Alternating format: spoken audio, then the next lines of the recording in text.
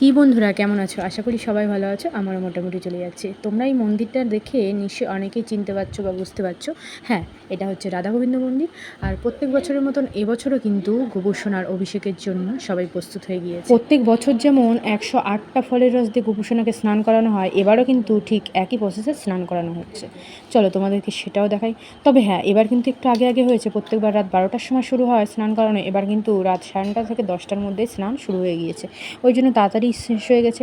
গোপুসোনাকে স্নান করানোর পরে কিন্তু মন্দিরে কীর্তনও হয়েছে, কীর্তন করেছে এবং গোপুসোনাকে ভোগ নিবেদন করেছে এবং সেই ভোগ কীর্তনের মাধ্যমে গোপুসোনাকে নিবেদন করার পরে সকল ভক্তের মাঝে কিন্তু প্রসাদ বিতরণ করেছে। সেই প্রসাদও তো আমরা পেয়েছি। তো কে কে এরকম রাধা গোবিন্দ মন্দিরে এসছো আগে বা এখন এবং গোপুসোনাকে অভিষেক করিয়েছো ফলের রস দিয়ে, সেটা কিন্তু আমাকে অবশ্যই জানিও। আর হ্যাঁ, এখানে কিন্তু উপস্থিত ছিল শঙ্কর কাকু এবং কাকিমা। প্রত্যেকবার ওনারা অভিষেক করে, কিন্তু এবার একটু অসুবিধা থাকার কারণে ওনারা কিন্তু অভিষেক করতে পারেনি।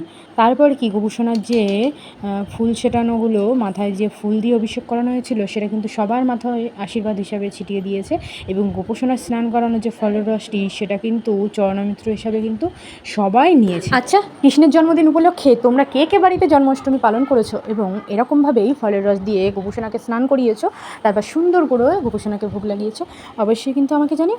আমার বাড়িতেও কিন্তু এবার মোটামুটি হয়েছে, অন্যবার একটু বেশি বড় করে হয়, তো এবার একটু মোটামুটি করে হয়েছে। তো চলো, ভিডিওটা কেমন লাগলো অবশ্যই কমেন্টে জানিও। ভিডিওটা যদি ইউটিউব থেকে দেখে থাকো তাহলে একটা লাইক, কমেন্ট, শেয়ার এবং সাবস্ক্রাইব করতে ভুলো না। আর যদি তোমরা ফেসবুক থেকে দেখে থাকো তাহলে একটা ফলো করতে ভুলো না। চলো, জয় গোপাল, জয় রাধে গোবিন্দ, ভালো থেকো, সুস্থ থেকো, টাটা।